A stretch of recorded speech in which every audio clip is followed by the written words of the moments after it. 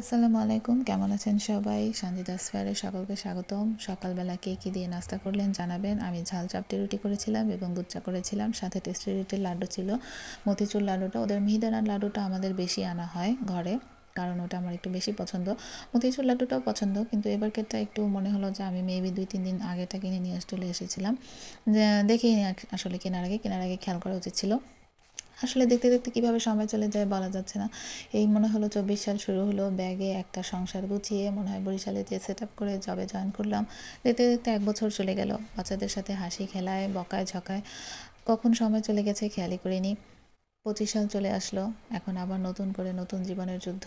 আসলে মানুষের জীবনটা এরকম, সময় কারোর জন্য থেমে থাকে না, সময়ের স্রোত কারোর জন্য থেমে থাকে না, জীবন একটা নির্দিষ্ট নিয়মে চলতে থাকে। আমরা আসলে নিজের স্থান থেকে অনেক সময় সামনের জনকে জাজ করে ফেলি, কার জীবনে আসলে কিভাবে চলছে বা কীভাবে যাচ্ছে এটা না জেনে জাজ করাটা খুবই বোকামি।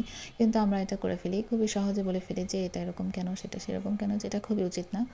আজকে দুপুরে একটু হালকা পাতলা রান্না করব, শোল মাছ করেছিলাম আর সাথে ছিল বাঁধাকপি ভাজি, বাঁধাকপি আলু দিয়ে ডিম দিয়ে বাঁধাকপি ভাজি কে কে করেন আমাকে বলবেন, কারণ অনেকেই ডিম দিয়ে বাঁধাকপি ভাজিটা করে না, বাঁধাকপি খালি ভাজি করে বা বাঁধাকপি আলু দিয়ে করে। আমি বাঁধাকপিটা আলাদাভাবে সিদ্ধ করে নেই, অল্প সিদ্ধ করে নেই, পানি ফেলি না, অল্প পানি দিয়ে হালকা সিদ্ধ করে নেই, তারপরে আলু কুচিয়ে ডিম দিয়ে নর্মালি যেভাবে আর সব ভাজি করা হয় সেভাবেই করি। ডিম ছাড়া বাঁধাকপি ভাজি আমার একদমই ভালো লাগে না।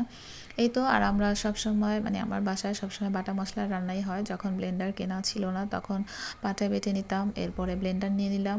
ব্লেন্ডার নেওয়ার পর থেকে এখন তো আর কথাই নাই, সব কিছুই বাটা দিয়েই করি। দু এক সময় কারেন্ট না থাকলে সেটা আলাদা বিষয়। বাটা মশলা ছাড়া আসলে আর আমারও এখন এভাবে খেতে খেতে অভ্যাস হয়ে গেছে। এই তো আজকে বাচ্চা দুপুরবেলা জাগনা ছিল, ও সাধারণত দুপুরবেলা ঘুমে থাকে 2টা-3টার দিকে, তো আজকে জাগনা ছিল, তাই আমরা বসে বসে বারান্দায় একটু রৌদ্রবিলাস করছিলাম। অনেকগুলো, যেহেতু বাসায় এয়ারপোর্টের কাছে, তাই প্লেনও দেখছিলাম বসে বসে। আমার বাচ্চা প্লেন দেখতে খুবই পছন্দ করে। এই তো রোদের মাঝে শীতের বেলা বসে থাকতে ভালোই লাগে।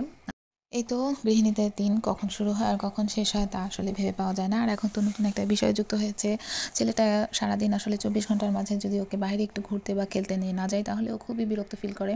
এটাই স্বাভাবিক। আর আমি কেন যেন বাচ্চা কাচ্চাকে ঘরে মানে বদ্ধ পরিবেশে রেখে বড় করতে সেরকম একটা আগ্রহী না, তো ওকে আমার বাইরে নিয়ে যেতে ভালোই লাগে। এই তো সে, আমার বাচ্চার কাজের কোনো শেষ নাই, সে ঘর ঝাড়ু দিবে, ঘর মুছবে, এটা করবে সেটা করবে। এই নামাজ পড়ে উঠে সারতেও পারেনি, সে ঝাড়ু নিয়ে হাজির, ঘর ঝাড় দিবে। কী আর করার, কিছুই বলা যায় না, করা যায় না, হাতে থেকে কিছু নেওয়াও যায় না। এখন বয়সটাই এরকম, 2 বছর পর্যন্ত আসলে এই জিদ ফ্রেজটাই থাকে, এটা নিয়েও খুব বেশি রিয়াক্ট করলে চলবে না। সবাই দোয়া করবেন আমার ছেলের জন্য, ভালো থাকবেন, সুস্থ থাকবেন। আসসালামু আলাইকুম।